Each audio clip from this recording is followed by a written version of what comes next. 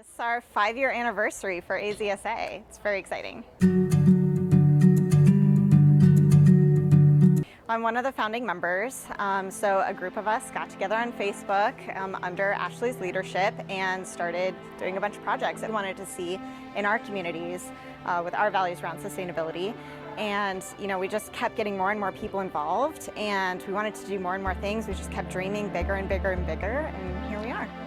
Just enjoying seeing all the work and all the different projects that Arizona Sustainability Alliance has been offering to the community.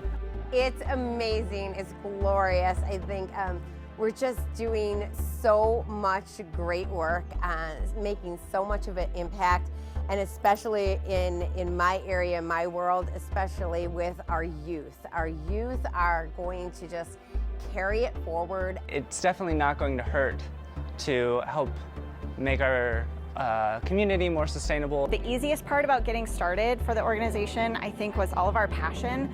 We all wanted to do something, we all wanted to see change in our communities, and we wanted to be involved in doing it. So that was probably the easiest part. The hardest part is that starting a nonprofit or any kind of organization is just really hard. There's a lot of organizing that you need to do.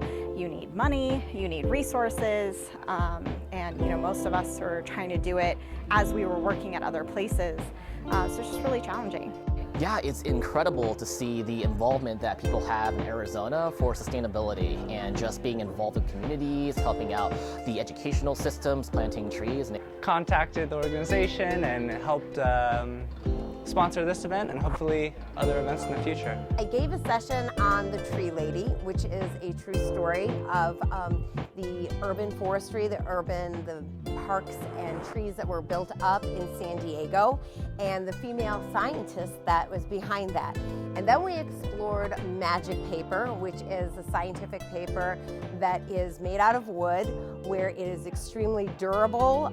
I'm going to give a presentation on local adaptation and pollinators. You think about pollinator gardens or planting pollinator-friendly plants, a lot of people think of butterflies and honeybees, and there are way more bees and also way more types of pollinators that you should consider. So I'm a certified culinary educator, and one of the things that I'm really interested in is how do we get to building that perfect plate? We all want to see and taste a beautiful plate, but what goes into the production of that? What goes into the politics of it, the economics of it, the production of it, the manufacturing?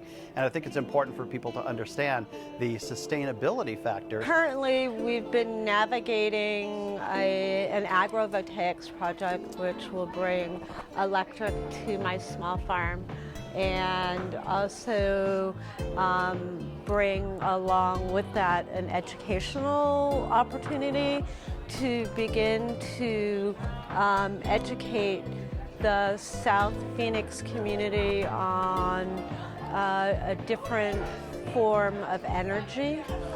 It shows that we're dedicated to our initiatives, to our priorities, and that we're moving it forward. All organizations have a vested interest in sustainability, no matter what they're selling or giving away or what they're doing. The environment and the planet is what's allowing them to do that. So it's going to be important for any company or organization or person. I'm so happy that the organization is still going.